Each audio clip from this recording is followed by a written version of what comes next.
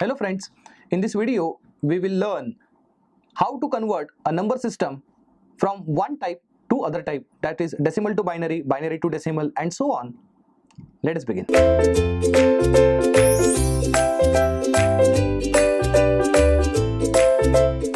So let us start with number system conversion. We'll study them type wise.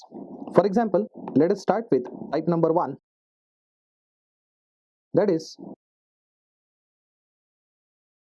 decimal to any other number system. So what we can see as type 1 is decimal to any other number system with base r.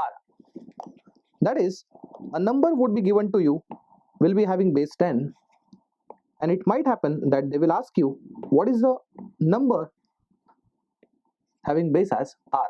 So destination base is r, please don't forget that. The given number which would be in decimal, it might happen it would be a normal integer, or it would be just a fractional number, or it would be a combination of integer value and fractional value. Okay, like let us have some in general number. Let's say we have I0, I1, I2, I3. These are integer digits followed by decimal point. Then we have F0, F1, F2 and so on, that is fractional digits here having base 10, and we have to convert this into a number having base as r. So please don't forget, this part is nothing but an integer part, and this part is nothing but a fractional part. So we need to convert this two parts, that is integer part as well as fractional part, into a destination number having base value as r, right? So we need to give a separate treatment for integer and separate treatment for fractional also. So first of all, we will see what we do for integer. For integer, what we do, we take that integer number,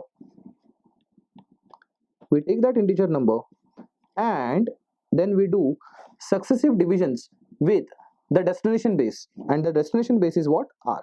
And what is meant by successive divisions, that every time we divide, we record all quotients.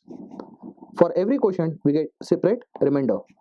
Then we again divide with R, we get another quotient with another remainder.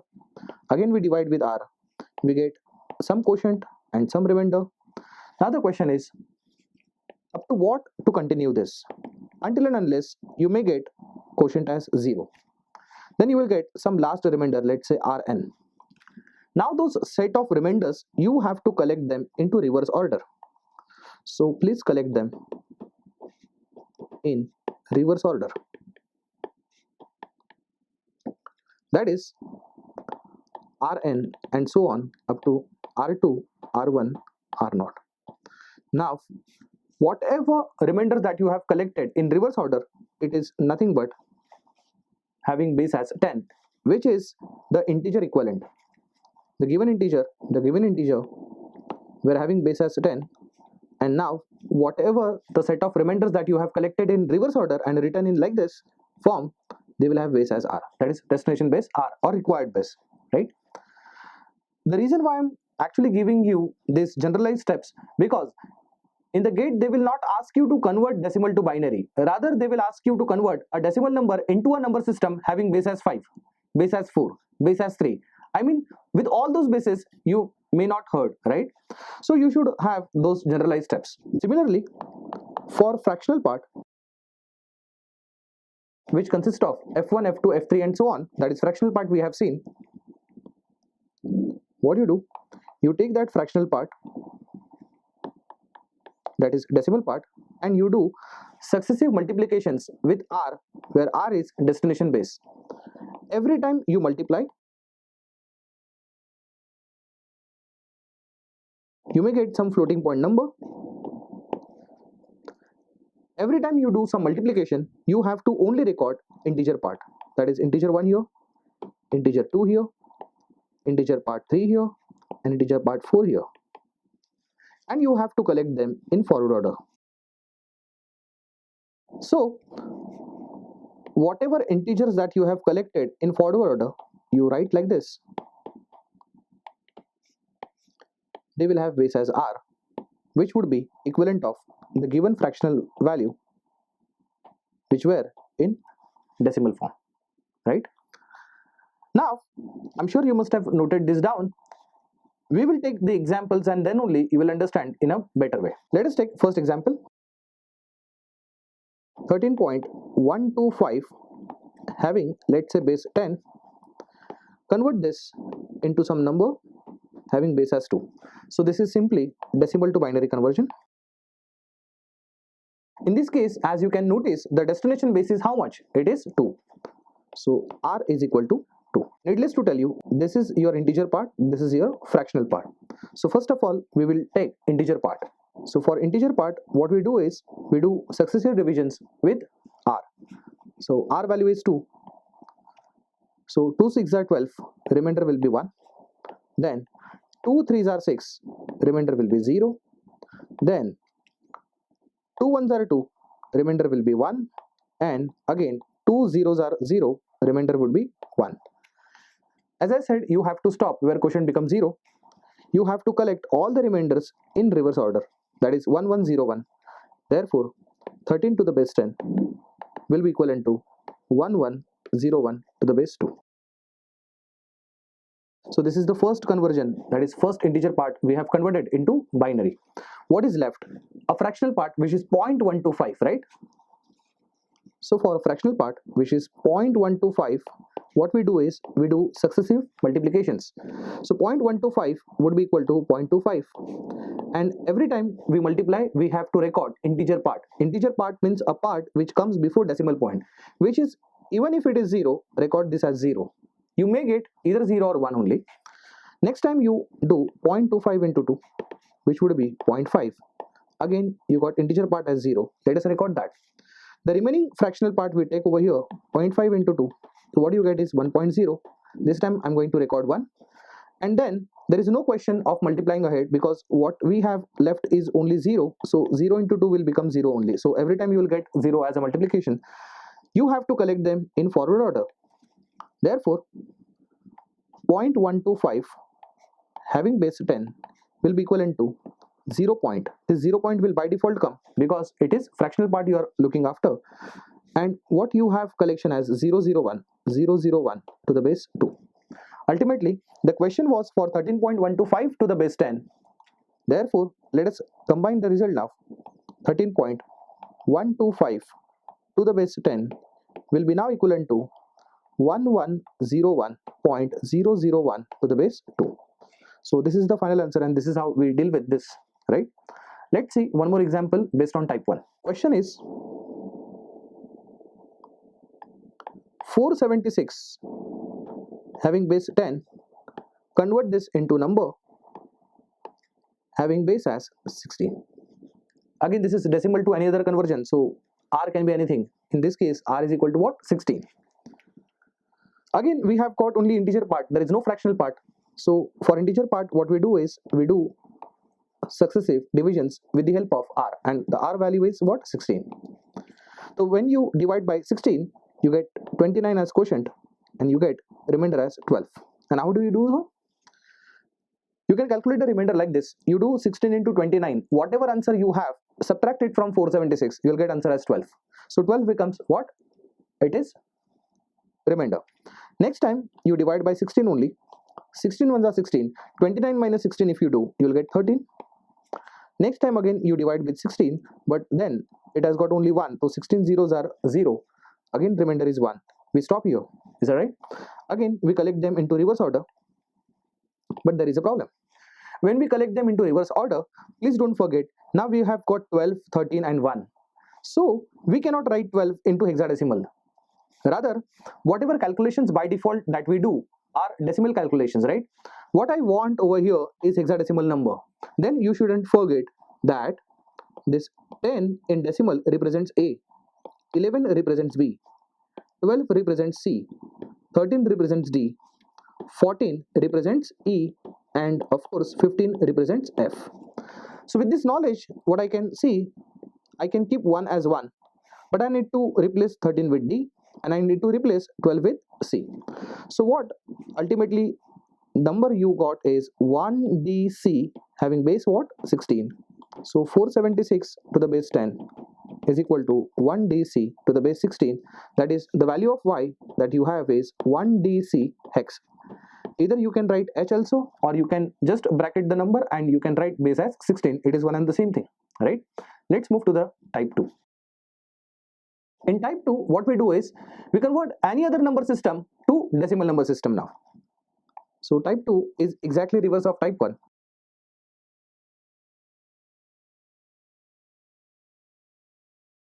It means some number would be given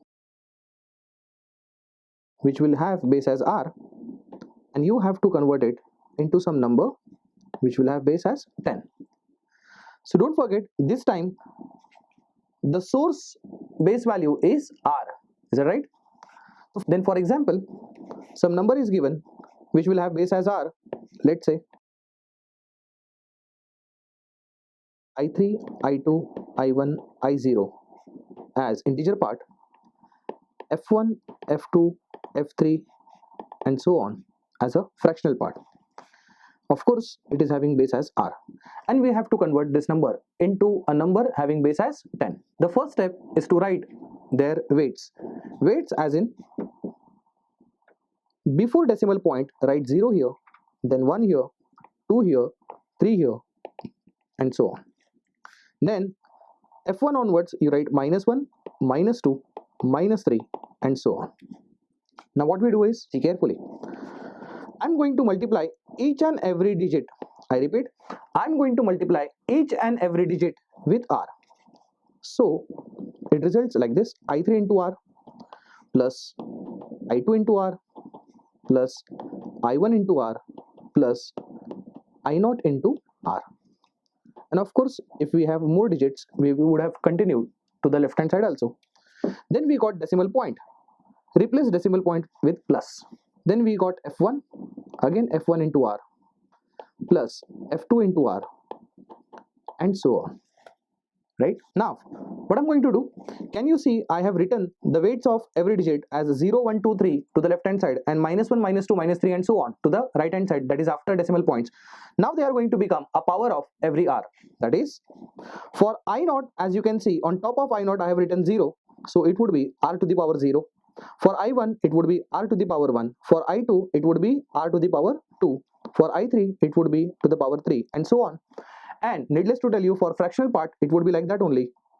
For R, power is -1, -2 and -3, probably if we have one more digit to the right and so on. Whatever that this results, it will have base as 10. It's very simple. Let's start with an example, then you will have a clear idea. So let's take one example. Let us assume we have number 38.25 having base as 9, and we have been asked to convert it into a number having base as 10. So what I'm supposed to do is, I'm going to multiply every digit with 9 this time. So this will be 3 into 9 plus 8 into 9 plus 2 into 9 plus 5 into 9. Is that right? Now if you look at their powers, this would be 0, this would be 1, this would be -1, this would be -2. Accordingly, this will be 0, this will be 1, this will be -1, this will be -2. So if you solve this, putting all those values into calculator, you'll get 35.28 to the base 10. So this is how we really do type 2 problems. We can take, in fact, one more example. Let's have af.db having base 16. Let us convert this into number having base as 10. Again, a can be taken as 10 into base is 16, so I'm going to multiply every digit with 16. F is what? It is 15, so this will be 15 into 16. Decimal point should be replaced with plus. D is what? It is 13. 13 into 16. And B is what? It is 11. 11 into 16. And now I can write powers 0, 1 for A and F, And for D and B, I can write powers as -1 and -2. And again, if you solve this, you'll get 175.85 to the base 10. So whatever answer that comes after this whole calculation, it results into decimal number. So I'm sure you must have understood type 2. Let's move to type 3.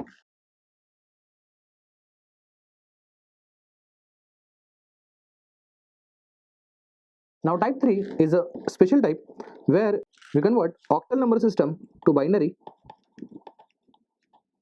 and binary back to octal, as well as hexadecimal to binary and binary to hexadecimal. We'll see how it really operates. For example, we will see octal to binary first. See, octal number system means having base as 8.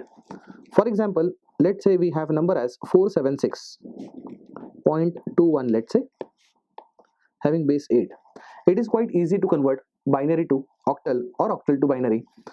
What you do is, below every digit of octal number, just write weight as 4 to 1. Irrespective what the digit is, below every digit write 4 to 1, irrespective whether it is integer or fractional.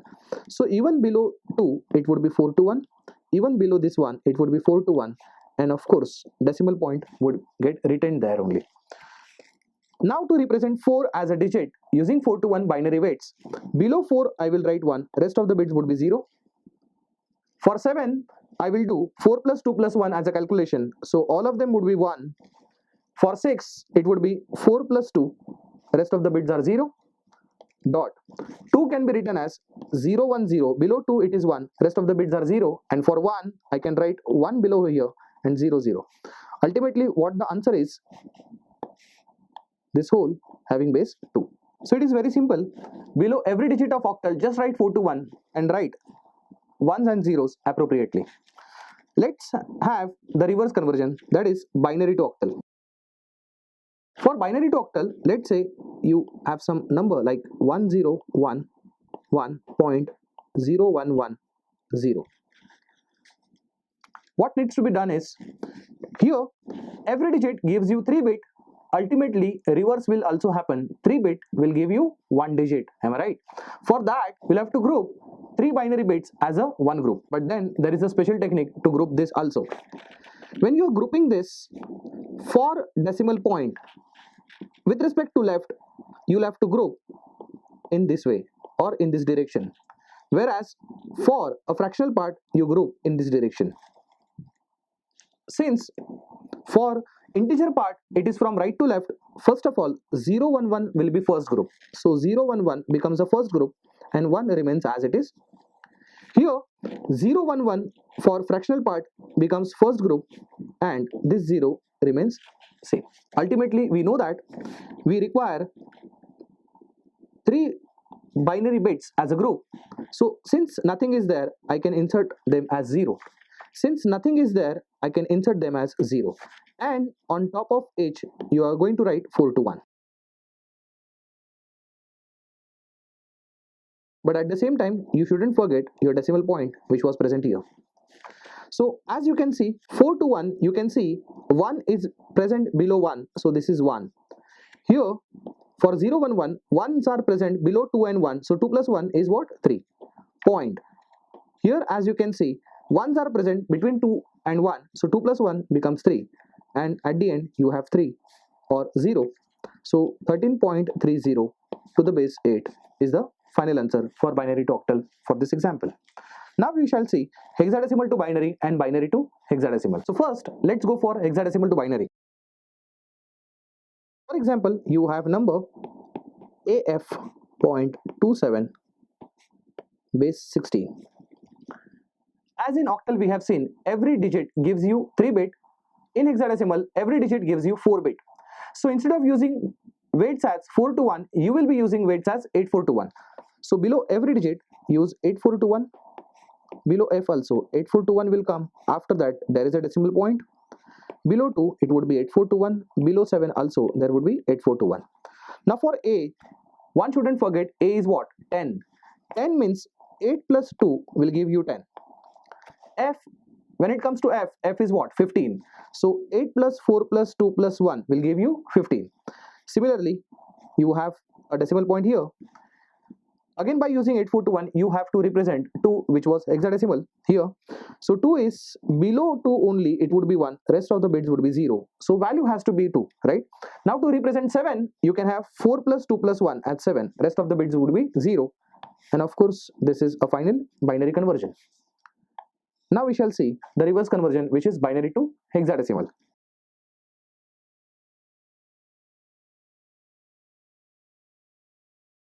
In binary to hexadecimal, let's say we have some number like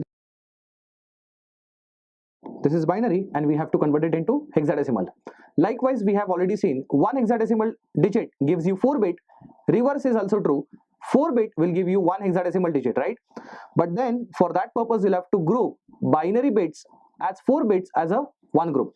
But then grouping method would be same as the previous. That is what we have already seen in binary to octal, right? So for integer position, you group in this direction. For fractional number, you move in this direction for grouping purpose. In that way, the first group becomes 0, 1, 1, 0. 1 remains as it is. Even here, 0, 1, 1, 0 becomes the first group and 1 remains as it is, right? To make a group of 4 bits, there are 3 blank. So blank numbers has to be taken as 0. Your blank spaces has to be taken as 0. And on top of every group, you have to write 8421. On top of this, I'm going to write 8421.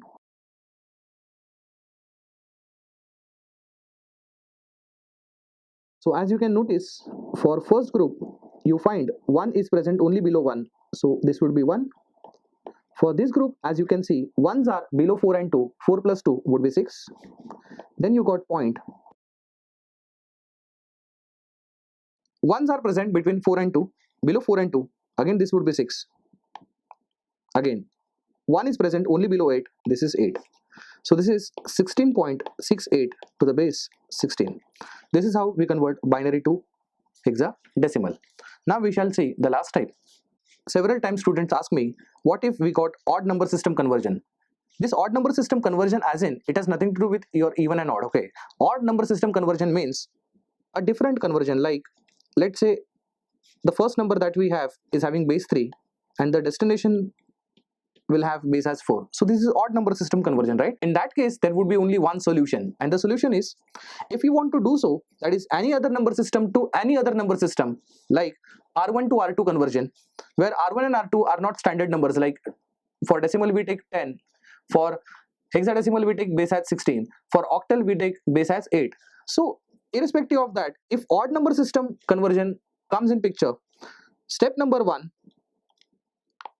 convert this base into 10. So I'm sure you must have learned this, that is any other number system to decimal number system type 2. And once you have a number which is decimal, it is very easy to go to any other number system.